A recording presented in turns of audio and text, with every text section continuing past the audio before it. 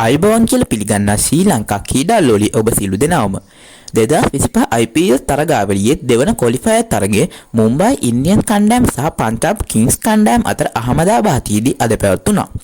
මෙම තරගයේ කාසියවාසිය දිනාගත් පංජාබ් කිංස් නායක ශ්‍රේයාස් අයියර් විසින් ප්‍රථමයෙන් පන්දු යැවීමට තීරණය කරා. කෙසේ වෙතත් තරගයේ ආරම්භයේ සිටම ක්‍රීඩාංගණයට ඇද හැලුණු වර්ෂාව හේතුවෙන් තරගයේ නියමිත වේලාවේ සිට පැය දෙකක් පමණ ප්‍රමාද වී ආරම්භ වුණා. ඒ අනුව මුම්බයි ඉන්දියන්ස් ඉනිම ආරම්භ කරමින් පිටියට පැමිණි රෝහිත් ශර්මා සහ ජොනි බෙයාස්ටෝ අතර මුම්බයි ඉන්දියන්ස් පළමු කඩුල්ලේ සබඳතාවයේ ලකුණු 19කට සීමා කරමින් ඒ වන විට ලකුණු 8ක් ලබා සිටි රෝහිත් ශර්මාව දවා ගැනීමට මාකස් ස්ටෝයිනිස් සමත් වෙනවා. රෝහිත් ශර්මාගේ දැවී යාමෙන් අනතුරුව පිටියේ එක් වූ ජොනි බෙයාස්ටෝ සහ තිලක් වර්මා එක්ක මුම්බයි ඉන්දියන්ස් කණ්ඩායමේ දෙවන කඩුල්ලට ආදර්ශක සබඳතාවයේ පිහිටුවමින් පන්දු 29කින් ලකුණු 51ක සබඳතාවයේ පිහිටුවීමට සමත් වෙනවා. එම සබඳතාවයේ අවසන් කිරීමට සමත් වූ විජේකුමාර් වේසක් ජොනි බෙයාස්ටෝව පන්දු 24කදී ලකුණු 38ක් ලබා සිටිදී දවා ගැනීමට සමත් වෙනවා.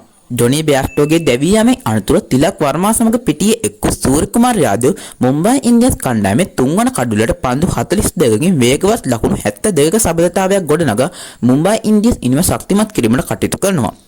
එම සබඳතාවය අවසන් කරමින් ඒ වන විට ලකුණු 44ක් ලබා සිටි සූර්යකුමාර් යාදව්ව දවා ගැනීමට යුස්වෙන්ජර් චහල් සමත් වෙනවා. සූර්යකුමාර් යාදව්ගේ දැවී යාමත් අනතුරුව පංජාබ් කිංස් කණ්ඩායම වෙනුවෙන් නැවතත් ක්‍රියාත්මක වූ කයිල් ජැමිසන් ඒ වන විට ලකුණු 44ක් ලබා සිටි තිලක් වර්මා දවා ගැනීම සමග මුම්බයි ඉන්දියන්ස් ඉනිමේ හතරවන කඩුලද බිඳ වැටෙනවා.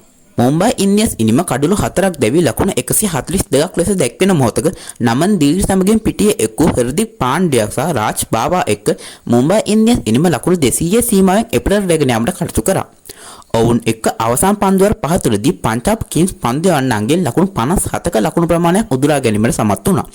මුම්බයි ඉන්දියන්ස් ඉනිමේ අවසන් භාගයේ වේගවත් ඉනිමක් ක්‍රියාත්මක කරන නමන් දීර් පන්දු 18කදී ලකුණු 37ක් ලබා සිටිදී දැවී ගියා. ඒ අනුව මුම්බයි ඉන්දියන්ස් පිතිකරුවන් පන්දු වාර 20 අවසානයේ කඩුළු 6ක් දැවී ලකුණු 203ක අභියෝගාත්මක ලකුණු පෝරුවක් ගොඩනැගීමට සමත් වුණා. මුම්බයි ඉන්දියන්ස් කණ්ඩායම වෙනුවෙන් වැඩිම ලකුණුලාභීන් වූ තිලක් වර්මා සහ සූර්යකුමාර් යාදව් ලකුණු 44 බැගින් රැස් කරා.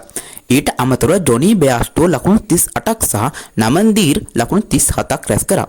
පංජාබ් කිංස් කණ්ඩායම වෙනුවෙන් වැඩිම කඩුල්ලාභියා වූ අස්මතුල්ලා ඔමර් සයි කඩුල් දෙකක් බෙදහැලීමට සමත් වුණා. ඊට අමතරව කයිල් ජැමිසන් මාකස් ස්ටෝයිනිස් විජේකුමාර් වේසක් සහ යුස්වෙන්ජර් චහල් අතර එක කඩුල්ල බැගින් බෙදී ගියා. ලකුණු 204ක ජයග්‍රාහී ඉලක්කයක් ලබා යාම සඳහා පිටට පැමිණි පංජාබ් කිංස් කණ්ඩායමේ ආරම්භක සබඳතාවයේ ලකුණු 13කට සීමා කරමින් පළමු කඩුල්ල ලෙස ප්‍රභසිම්රන් සිංහව ලකුණු 6කට දවා ගැනීමට ටෙන්ට් බෝල් සමත් වෙනවා. පළමු කඩුල්ල දැවී යාමෙන් අනතුරුව පිටියේ එක් වූ ජෝස් ඉංග්ලිෂ් සහ පියනාස් ආරා එක්ක පංජාබ් කිංස් කණ්ඩායමෙන් ලකුණු පූර්ව ශක්තිමත් කිරීමට කටයුතු කරනවා. ඔවුන් දෙදෙනා එක්ක පංජාබ් කිංස් කණ්ඩායමේ දෙවන කඩුල්ලට පන්දු 18කින් වේගවත් ලකුණු 42ක සබඳතාවයක් ගොඩනැගීමට සමත් වෙනවා.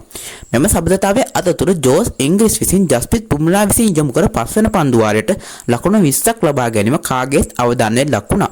කෙසේ වෙතත් මුම්බයි ඉන්දියන් කණ්ඩායම වෙනුවෙන් ක්‍රියාත්මක වූ අශ්වනි කුමාර් පියනාස් ආර්යව ලකුණු 20කට දවා ගැනීම සමග එම සබඳතාවය අවසන් වුණා. ඒ වෙන විට එක් අන්තයක් ආරක්ෂා කරගැනීමෙන් ප්‍රවේගකාරී ඉනිමක් ක්‍රියාත්මක කරමින් සිටි ජෝස් ඉංග්‍රීෂ්ව ලකුණු 37කට දවා ගැනීමට හර්දික් පාණ්ඩ්‍යා සමත් වීම සමග පංජාබ් කිංස් කණ්ඩායමේ තුන්වන කඩුවද බෙද වැටුණා.